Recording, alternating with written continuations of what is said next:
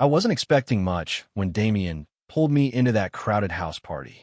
The bass from the speakers was so loud it seemed to vibrate through my chest, and the air was thick with the smell of cheap beer and too many bodies pressed together in a space that wasn't meant to hold this many people. I kept my hands buried deep in my jacket pockets, fingers curled around nothing, trying to look like I belonged in a room full of strangers who all seemed to know each other. This was Damien's world, not mine. He moved through crowds like he was born to them, all easy confidence and that effortless smile that made people turn toward him like flowers following the sun. I expected him to do what he always did at these things, flash me that apologetic grin, promise he'd catch up with me later, and then disappear into the mass of people calling his name. That's how it worked with us. He was the magnet, and I was just along for the ride. But tonight felt different from the moment we walked through the front door. Instead of vanishing into the crowd, Damien's grip tightened around my wrist. His fingers were warm against my skin, and I could feel the slight roughness of his calluses from the guitar he played when he thought no one was listening. He steered us through the chaos of the living room, past groups of people I recognized from campus but had never actually spoken to, toward the kitchen where a smaller circle had gathered around the island. These weren't strangers to Damien. I could tell by the way they looked up when they saw him approaching, faces lighting up with genuine affection. Sarah from his chemistry class was there, and Marcus, who lived down the hall from us freshman year, and a few others whose names I'd heard in passing but never bothered to remember. They were his people in a way that I'd never quite managed to be, despite all the late nights we'd spent together in our dorm room, despite the inside jokes and shared takeout containers, and the way he'd started leaving his textbooks on my desk like it was the most natural thing in the world. I was already mentally preparing myself to fade into the background, to become invisible the way I'd learned to do in groups like this, to nod politely when introduced, and then spend the rest of the night nursing a single drink while Damien held court, telling stories that made everyone laugh and leaning closer. But that's not what happened. Instead, Damien stopped right in the center of their circle, his hand still wrapped around my wrist like an anchor. The conversation died down as everyone turned to look at us, and I felt that familiar flush of discomfort that came with being the center of attention. I tried to pull back slightly, but Damien's grip held firm. "This is Elias," he said to the group, and his voice carried over the music with that same easy confidence he brought to everything else. But then something shifted in his expression. The practiced social smile wavered for just a moment, replaced by something softer, something almost hesitant. He glanced at me, and I saw something in his eyes that I'd never seen before, a vulnerability that seemed completely at odds with the Damien everyone else knew. He paused, and in that pause the whole room seemed to hold its breath. The music was still thumping from the living room. People were still laughing and shouting over each other, but somehow the space around us had become this bubble of quiet intensity. Then Damien smiled, and it wasn't his usual confident grin. It was smaller, more uncertain, almost shy. "He's someone important," he said, and the word came out like he wasn't entirely sure he should be saying them. The phrase hit me like a physical thing. Someone important. Not my friend, not my roommate, not even my good friend, which would have been true enough and safe enough and exactly what everyone would have expected to hear. Someone important. I felt the blood rush to my face, and I was grateful for the dim lighting that might hide it. Around us, the group was smiling and nodding, making welcoming noises, but their voices seemed to come from very far away. All I could focus on was the way those two words seemed to hang in the air between us, heavy with implications that I wasn't sure either of us was ready for. Sarah said something about how she'd heard so much about me, and Marcus clapped me on the shoulder and asked what I was studying, and I found myself responding on autopilot while my mind reeled. Because in all the months we'd known each other, in all the ways Damien had introduced me to people, and there hadn't been many, because he didn't usually bring me to things like this, it had always been straightforward. "Elias, my roommate. Elias from down the hall. This is Elias. We have biology together." Never someone important. I glanced at Damien out of the corner of my eye, trying to read his expression, but he was already moving on, falling into easy conversation with the group like nothing earth-shattering had just happened. Like he hadn't just rewritten the entire story of who we were to each other with 3 careless words. But I caught him looking at me once, just for a second, and there was something in his face that made my chest tighten. The conversation flowed around us, but I barely participated. I was too busy trying to process what had just happened, trying to understand why my heart was beating so fast and why the room suddenly felt too small and too warm. These were the same people I'd seen Damien with dozens of times, the same kind of introduction I'd witnessed him make for other friends, other acquaintances. But this felt different. This felt like he'd just told them something true, something that mattered, something that maybe even surprised him as much as it surprised me. Someone important. The words kept echoing in my head, refusing to settle into any comfortable interpretation. Because friends could be important, couldn't they? Roommates, study partners, the person you grab coffee with between classes, they could all be important in their own ways. But there had been something in Damien's voice, in the way he'd pause before saying it, that made it feel like more than that. Like maybe he'd been trying to say something else entirely, and those were just the only words he could find. The party continued around us, but I found myself watching Damien more closely than I ever had before. Noticing the way he kept glancing in my direction, even when he was deep in conversation with someone else. The way he'd shifted slightly closer to me without seeming to realize he was doing it. The way his laugh sounded just a little different tonight, a little more conscious, like he was aware of being watched. And I was watching. For the first time since I'd known him, I was really watching, and what I saw made something in my chest flutter and twist in ways that I wasn't prepared for. Because maybe, just maybe, I wasn't the only one who'd been pretending that what we had was just friendship. Maybe I wasn't the only one who'd been carefully not thinking about the way our conversations stretched long into the night, or how natural it felt when he'd started showing up at my library table without being invited, or the way my pulse jumped every time he'd leaned close enough that I could smell his shampoo. The realization was terrifying and exhilarating all at once. Because if Damien had been pretending to, if those words meant what I thought they might mean, then everything between us was about to change in ways that I couldn't take back or pretend away. And standing there in that crowded kitchen, surrounded by the noise and heat of the party, I found myself hoping that maybe, just maybe, that change had already begun. I've always been the kind of person who slips through spaces unnoticed. In high school, I was the one who could leave a classroom and have the teacher mark me present for the entire period.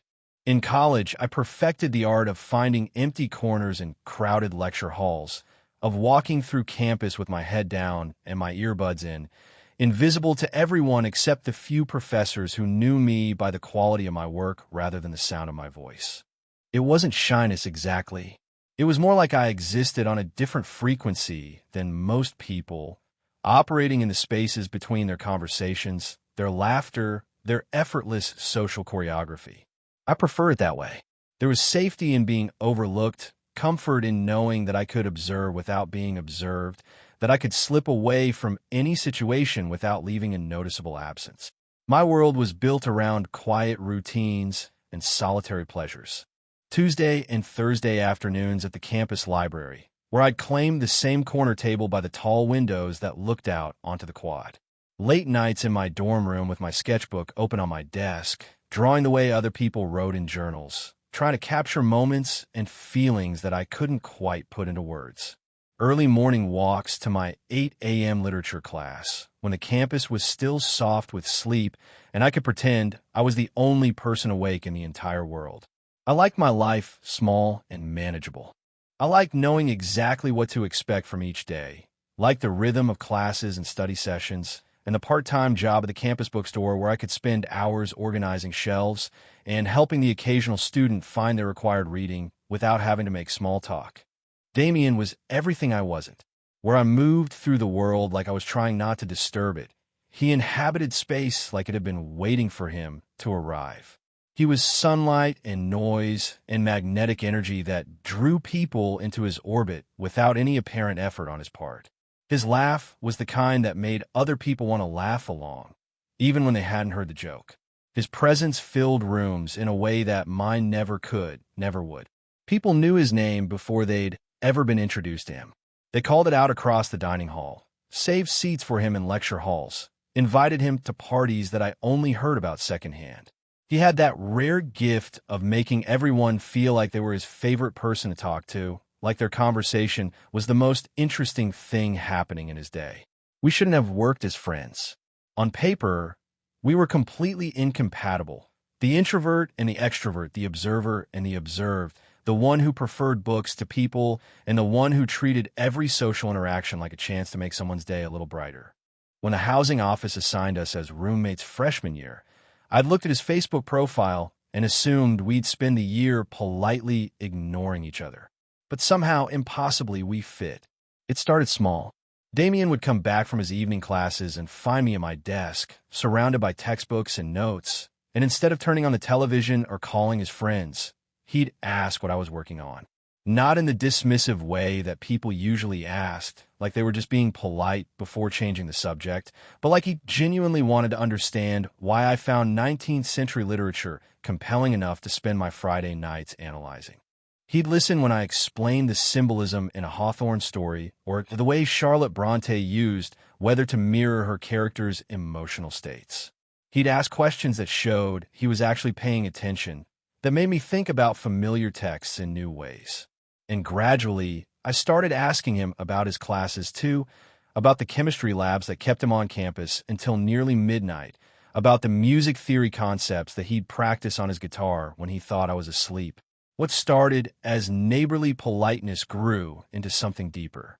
Takeout dinners eaten while sitting on our narrow dorm beds, sharing containers of pad thai and debating whether the latest Marvel movie was actually good or just well-marketed. Inside jokes that developed their own mythology over weeks and months.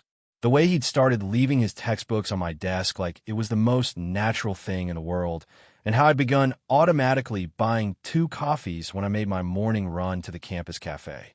Late nights became our specialty.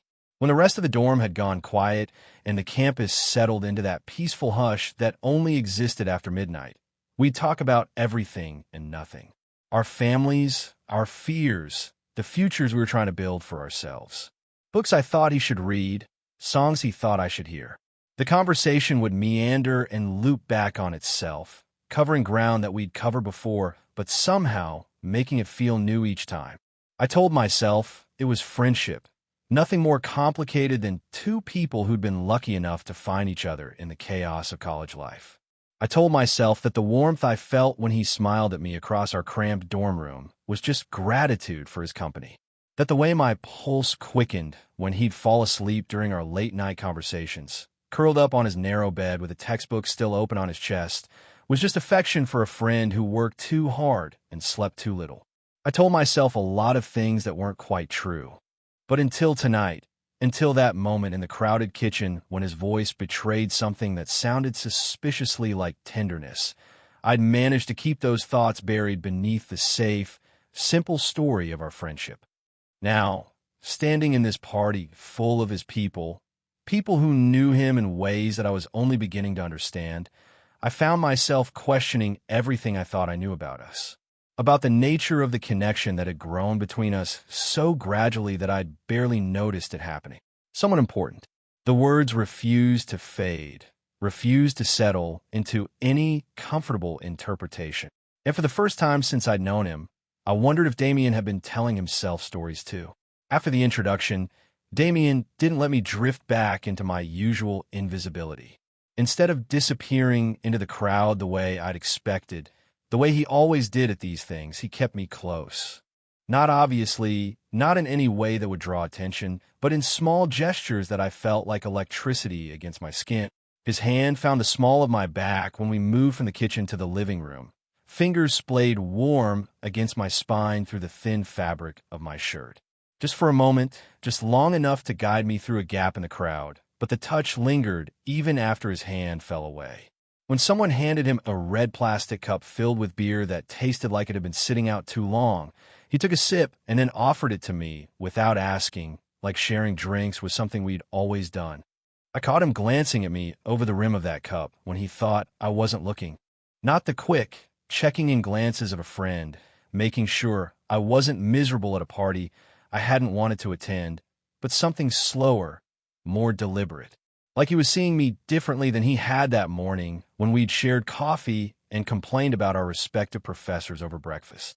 The party flowed around us in waves of laughter and music and conversations that rose and fell like tides, but I felt separate from all of it, hyper-aware of Damien's presence beside me in ways that I'd never been before. The way he stood just a little closer than necessary when we talked to his friends. The way his laugh sounded different tonight, warmer somehow, like it was meant for me even when he was responding to someone else's joke. When Sarah started telling a story about some disaster in her organic chemistry lab, Damien leaned in close enough that I could feel his breath against my ear.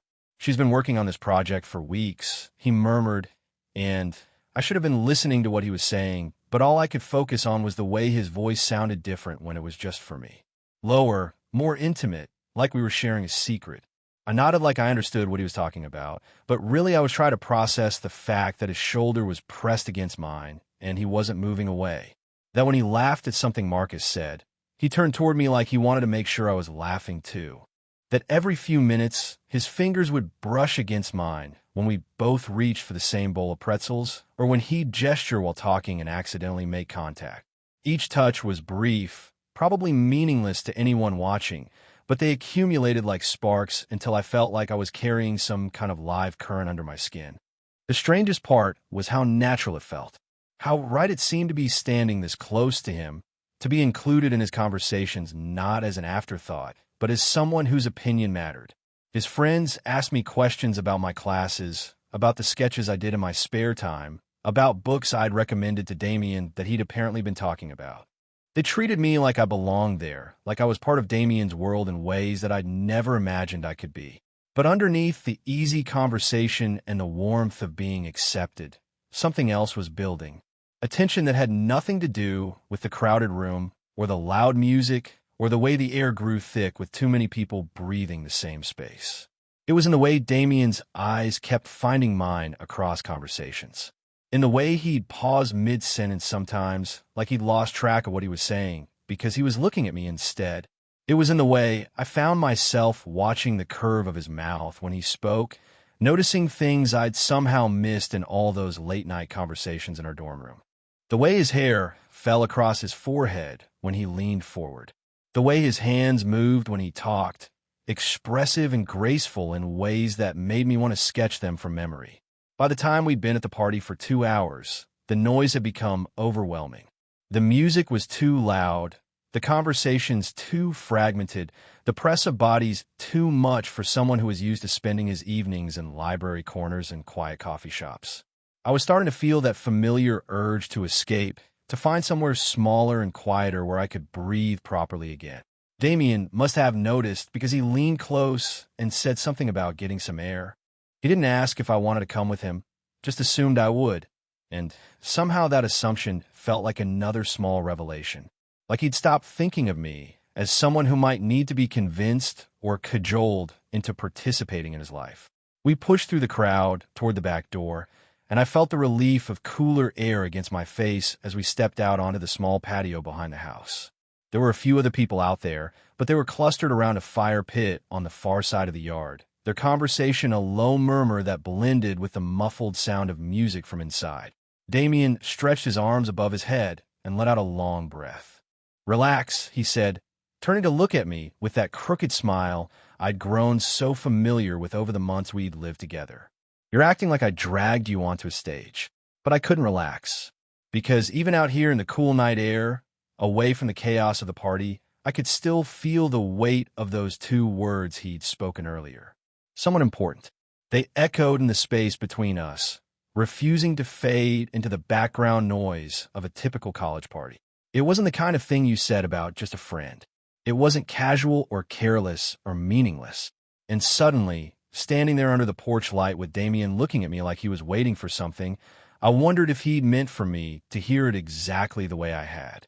If those words had been as deliberate as they'd felt in the moment, as loaded with possibility as they seemed in retrospect. If maybe, just maybe, he'd been trying to tell me something that neither of us had been brave enough to say out loud. We didn't stay at the party much longer after that. The conversation on the patio felt unfinished, suspended in the cool night air like a question that neither of us knew how to ask. When Damien suggested we head back to our apartment, I nodded maybe too quickly, too eager to escape the noise and the crowd and the weight of all those watching eyes. The walk back across campus was quiet in a way that felt different from our usual comfortable silences. Our footsteps echoed off the empty pathways, and I found myself hyper-aware of the space between us, close enough that our shoulders brushed occasionally when one of us would veer slightly off course, but not quite close enough to call intentional. The campus at night had always felt like a different place to me, softer somehow, like all the sharp edges of daytime social interaction got smoothed away by darkness and solitude. But tonight, walking beside Damien with those two words still echoing in my head, even the familiar comfort of nighttime felt charged with possibility. Back at our apartment, something shifted the moment we closed the door behind us. The space that had always felt cramped and institutional suddenly seemed intimate, filled with the accumulated weight of all those months we'd spent learning to live around each other. The unmade beds with their mismatched comforters, the desk where I did my homework while he practiced guitar quietly in the corner, the mini fridge covered in takeout menus and inside jokes written on sticky notes. This was our world, separate from the party and the crowd and the performance of being social. Here, we didn't have to be anything other than ourselves. Damien kicked off his shoes and sprawled across the small couch that we'd found at a thrift store early in the semester, all loose limbs and casual grace. The couch barely fit two people, but somehow we'd made it work over the months, developing an unconscious choreography of how to share the space without constantly bumping into each other. Tonight, though, when he patted the cushion beside him, the gesture felt deliberate in a way it never had before. I settled next to him, trying to maintain the careful distance we'd always observed, but Damien seemed to have forgotten about personal space entirely. He stretched his legs out, one knee bumping against mine, and made no move to shift away. If anything, he seemed to relax deeper into the cushions, like my proximity was something he'd been waiting for all evening. The conversation started the way our late-night talks always did, meandering and unhurried. He complained about Professor Martinez's impossible expectations for their upcoming chemistry midterm.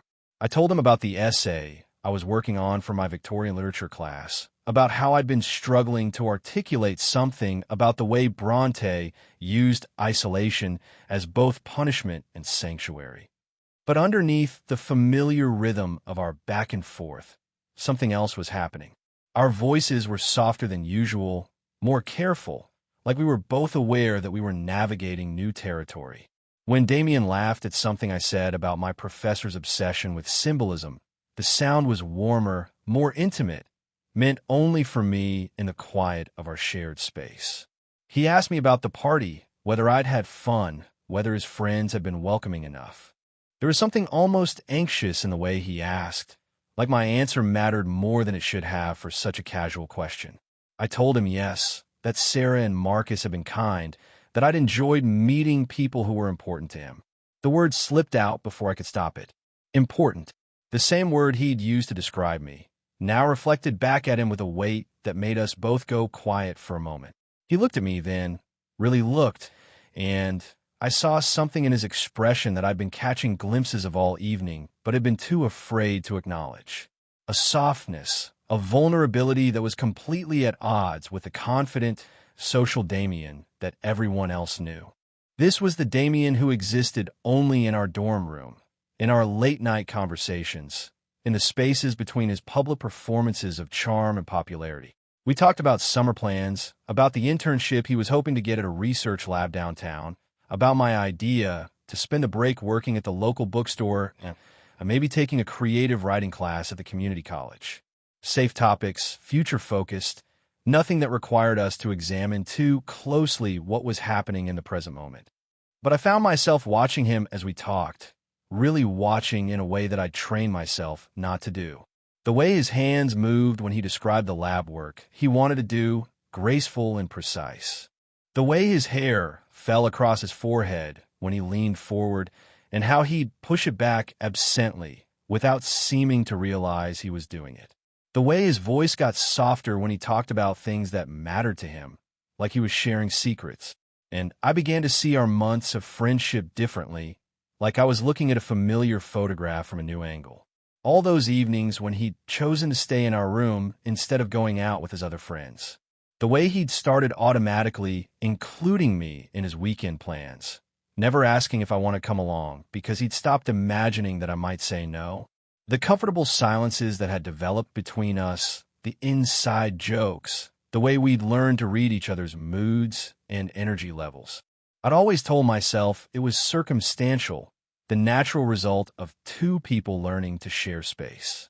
But sitting there on our small couch, close enough to count his eyelashes, I started to wonder if it had been something else entirely. Something that we'd both been building quietly, carefully, without ever naming what we were creating. The realization was terrifying and exhilarating in equal measure. Because if I was right, if what I was seeing in his face and hearing in his voice was real, then everything between us was about to change in ways that I couldn't predict or control. And for the first time in my life, the prospect of change didn't make me want to run. The conversation gradually softened as the night wore on, our voices growing quieter as exhaustion began to settle over us. Damien had sunk deeper into the couch cushions, his head tilted back against the worn fabric, eyes drifting closed between sentences. I could see the tiredness in the way his shoulders had relaxed, in the slower rhythm of his breathing, in the way his words came with longer pauses between them. We've been talking about nothing and everything, the way we always did when it got late and the rest of the world felt far away. About professors and assignments, and the strange liminal space of college where you were supposed to be becoming an adult but still felt like you were playing dress-up in someone else's life. About books I thought he should read, and music he wanted me to listen to, recommendations that had become a kind of ongoing conversation between us over the months. But underneath it all was the memory of that introduction, the weight of those two words that had changed something fundamental between us. Someone important. They hung in the air even when we weren't talking about them, coloring every other topic with new significance. I was starting to think he'd fallen asleep when his voice broke through the comfortable quiet, so soft I almost missed it. He said, "I still close. I don't really bring people to those things." I turned to look at him, startled by the sudden shift from easy conversation to something that felt like confession. His face was relaxed in the dim light from the single lamp we'd left on. But there was something vulnerable in his expression that I'd never seen before. Something unguarded. "What do you mean?" I asked, though I thought I already knew. He was quiet for so long that I wondered if he'd actually drifted off, if those words had been spoken from the edge of sleep and didn't mean what they seemed to mean. But then he opened his eyes and looked at me directly, and I saw something there that made my chest tighten. "Parties like that," he said, his voice barely above a whisper. "I usually just go alone, do my thing, talk to people, leave when I'm ready. I don't really." His voice trailed off, like he was trying to find words for something he'd never had to explain before.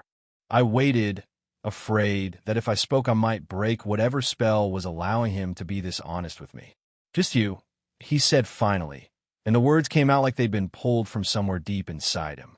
"I only bring you." The admission hung between us in the quiet of our small apartment, and I felt something shift inside my chest, like a door that had been carefully locked was suddenly standing open. All those months of friendship, all those casual invitations that I'd thought were just Damien being kind to his antisocial roommate, suddenly took on a different meaning. He'd been choosing me, not out of obligation or convenience or pity, but because he wanted me there, because my presence meant something to him that he couldn't quite name, the same way his presence had come to mean something to me that I'd been too afraid to examine too closely. I thought about all the parties I'd heard about through other people, gatherings that I'd assumed I wasn't invited to because I wasn't part of Damien's social circle. But maybe that wasn't it all. Maybe he'd been protecting something, keeping his public life separate from whatever this was that existed between us in the quiet spaces of our shared apartment. The realization should have been overwhelming, should have sent me into the kind of spiraling anxiety that usually accompanied any major shift in my carefully ordered world. But instead, I felt something like relief, like I've been holding my breath for months without realizing it, and could finally exhale, because sitting there in the soft lamplight, watching Damien's face as he waited for me to respond to his confession, I finally admitted to myself what I'd been carefully not thinking about all semester. The way my pulse quickened when he'd smile at me across our cramped room. The way I'd started timing my coffee runs to coincide with his class schedule, hoping to run into him on the quad. The way I'd begun to measure my days by his presence or absence, by whether we'd have time to talk before bed, or whether he'd be out with other people whose company I'd convinced myself he preferred to mine. I'd wanted this. Whatever this was, whatever it might become, I'd been wanting it for longer than I'd been willing to acknowledge. Not just his friendship, but something deeper, something that scared me precisely because it mattered so much. The truth unspooled between us in the quiet, undeniable and terrifying and perfect. Damien had always been more than a friend to me, even when I'd been too careful or too afraid to let myself think it. And now, in this moment of vulnerable honesty, he was telling me that I'd always been more than a friend to him too. He was still looking at me, waiting, and I could see something almost fragile in his expression, like he'd taken a risk in telling me this, in admitting that I occupied a different category in his life than all those other people who called his name across campus and invited him to things and assumed they knew who he was. I wanted to say something, to find words that could match the weight of what he'd just given me. But language felt inadequate, too small to contain everything I was feeling in that moment. So instead, I just nodded, hoping he could read in my face what I couldn't yet say out loud. That I understood, that it meant everything to me, that I'd been waiting for him to say exactly those words without even knowing I was waiting. And in the gentle quiet of our apartment, with the rest of the world asleep around us, I finally let myself believe that this thing between us, this careful, precious thing we'd been building without naming it, might actually be real. The silence that followed Damien's confession stretched between us like a held breath, heavy with possibility and terror in equal measure. I could feel the weight of the moment pressing down on everything, on the familiar space of our apartment, on the months of careful friendship we'd built, on whatever future we might be about to create or destroy with whatever happened next. Damien's eyes had drifted closed again, but I could tell he wasn't sleeping. There was a tension in his shoulders that hadn't been there before, a careful stillness that suggested he was waiting for something. For me to say something, maybe, or to get up and retreat to my own bed and pretend this conversation had never happened. To let his words fade into the comfortable ambiguity that had protected us both for so long. I knew I could do that. I could treat his admission like something spoken from the edge of sleep, something that didn't require acknowledgement or response. I could wake up tomorrow morning and make coffee for both of us and ask him about his chemistry midterm and slip back into the easy rhythm of friendship that had sustained us through the semester. It would be safer that way, simpler, less likely to end in the kind of awkward devastation that could destroy not just our friendship, but our entire living situation, our carefully constructed world of shared space and inside jokes and late-night conversations. But sitting there in the soft lamplight, looking at Damien's face in profile, the curve of his jaw, the way his hair fell across his forehead, the barely perceptible rise and fall of his chest, I found that I didn't want safety anymore. I didn't want to pretend that what he'd just told me hadn't changed everything, hadn't confirmed what I'd been too afraid to hope might be true. The moment felt fragile, balanced on a knife's edge between what we'd been and what we might become. I could feel my heart beating too fast, could hear the blood rushing in my ears, could taste the metallic tang of adrenaline on my tongue. Every instinct I developed over years of avoiding risk and maintaining control was telling me to retreat, to choose the known quantity of friendship over the terrifying uncertainty of whatever this might be. But there was something else, too, something stronger than fear, more insistent than caution. A pull toward him that felt like gravity, like the most natural thing in the world would be to close the small distance that still existed between us on the couch. So I did. The movement was small, barely noticeable to anyone watching, but it felt enormous to me. I shifted closer, letting my shoulder press against his, letting the warmth of his body seep through the thin fabric of our shirts. And then, because the gesture felt incomplete, because something in me needed to offer more than just proximity, I let my head settle against his shoulder. The contact was electric. I could feel the moment when Damien registered what I was doing, could sense the slight change in his breathing, the way his entire body seemed to come alert even as he remained perfectly still. For a heartbeat, I wondered if I'd misread everything, if I'd just made a terrible mistake that would shatter whatever trust existed between us. But then I felt him exhale, long and shaky and full of relief, like he'd been holding his breath for much longer than just the past few minutes. The tension that had been coiled in his shoulders began to dissolve, and he turned slightly toward me, not enough to dislodge my head from its resting place, but enough that I could feel the deliberate nature of the movement.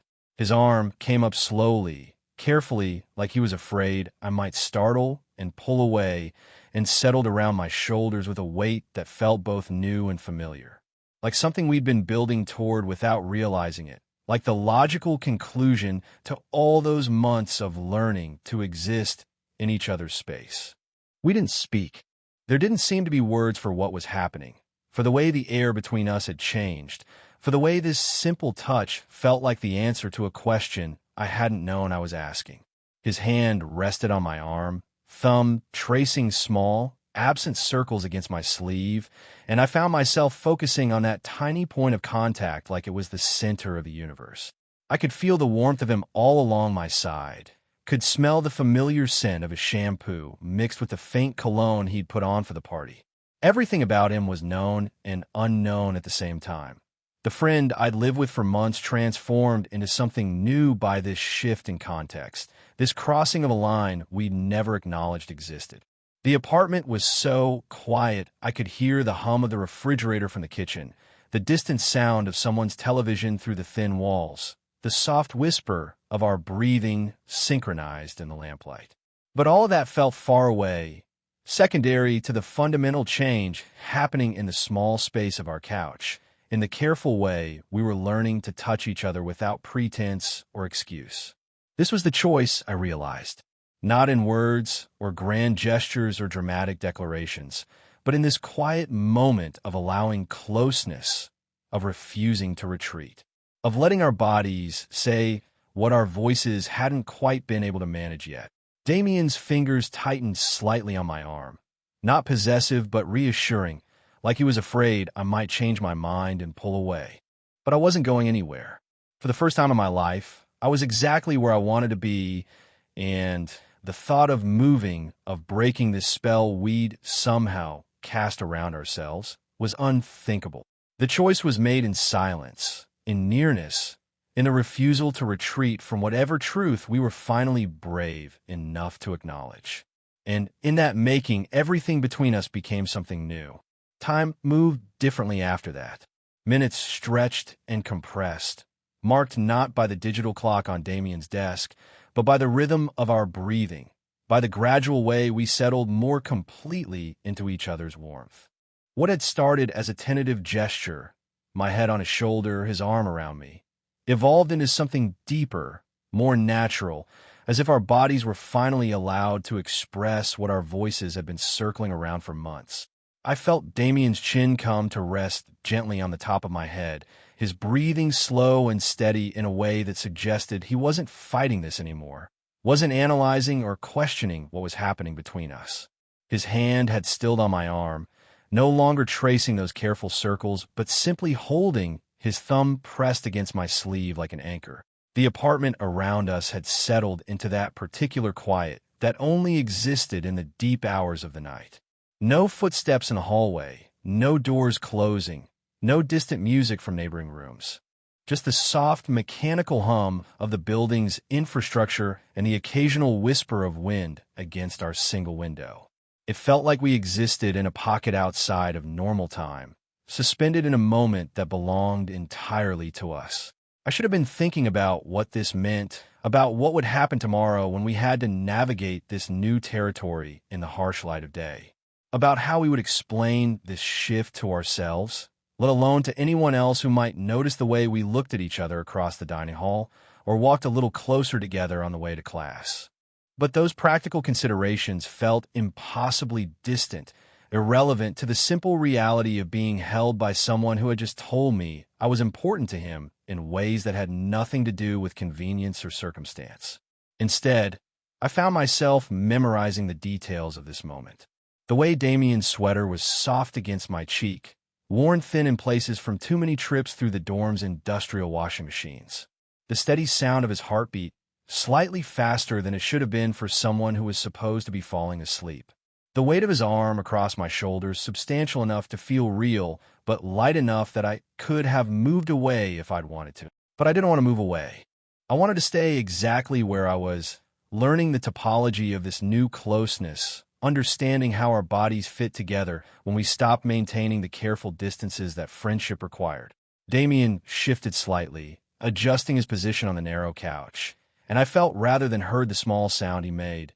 Not quite a sigh, not quite a murmur, but something that spoke of contentment, of relief, of coming home to something he'd been searching for without knowing he was searching. Neither of us spoke. There didn't seem to be any need for words, any urgency to define or analyze what was happening. The conversation we'd been having all evening, all semester, really, had moved beyond language into something more fundamental. A recognition that what existed between us had always been more than friendship, even when we'd been calling it by safer names. I could feel drowsiness beginning to tug at the edges of my consciousness. Not the exhaustion that came from a long day of classes and social interaction, but something softer and more peaceful. The kind of tiredness that came from finally being allowed to stop pretending, from letting down defenses that had been holding me rigid for longer than I'd realized. Damien's breathing had deepened and slowed, his hold on me relaxing as sleep began to claim him. But even as he drifted off, his arm remained around me, his chin still resting on my head, like his body had claimed this closeness and wasn't willing to give it up even in unconsciousness. I stayed awake longer, reluctant to let sleep steal this moment from me, afraid that if I closed my eyes, I might wake up to find it had all been some elaborate dream. The party, the introduction, the conversation on the couch, the careful way we'd moved from friendship into this uncharted territory, it all felt too perfect, too much like something I might have imagined rather than something that had actually happened. But the weight of Damien's arm was real, and the steady rhythm of his breathing was real, and the way my heart had finally stopped racing and settled into something calmer and more certain was real too. By the time the digital clock read 3 a.m., Damien had fallen completely asleep, his body gone soft and heavy against mine. His breathing had evened out into the deep, steady rhythm of someone who was truly at rest, and his face in sleep looked younger somehow, less guarded, like the social performance he maintained during the day had finally been allowed to drop away entirely. I could have gotten up then, could have carefully extricated myself from his embrace and retreated to my own bed, maintaining some semblance of the boundaries we'd observed for so many months. Part of me even considered it, the part that had spent years avoiding complications and keeping things simple and manageable. But a larger part of me had no interest in returning to the careful distance we'd maintained before tonight. The conversation we'd had, the admissions we'd made, the choice we'd both participated in when I'd moved closer and he'd welcome me there. None of that could be undone. And I found that I didn't want it to be. So I stayed where I was, held by someone who had finally told me I was important, surrounded by the quiet of our small apartment and the profound stillness of a life that had just changed in ways I was only beginning to understand. And as sleep finally began to pull me under, the last thought I had was of Damien's voice in that crowded kitchen, introducing me not as his roommate or his friend, but as someone important. The words that had started everything, hanging in the air between us like a promise finally kept.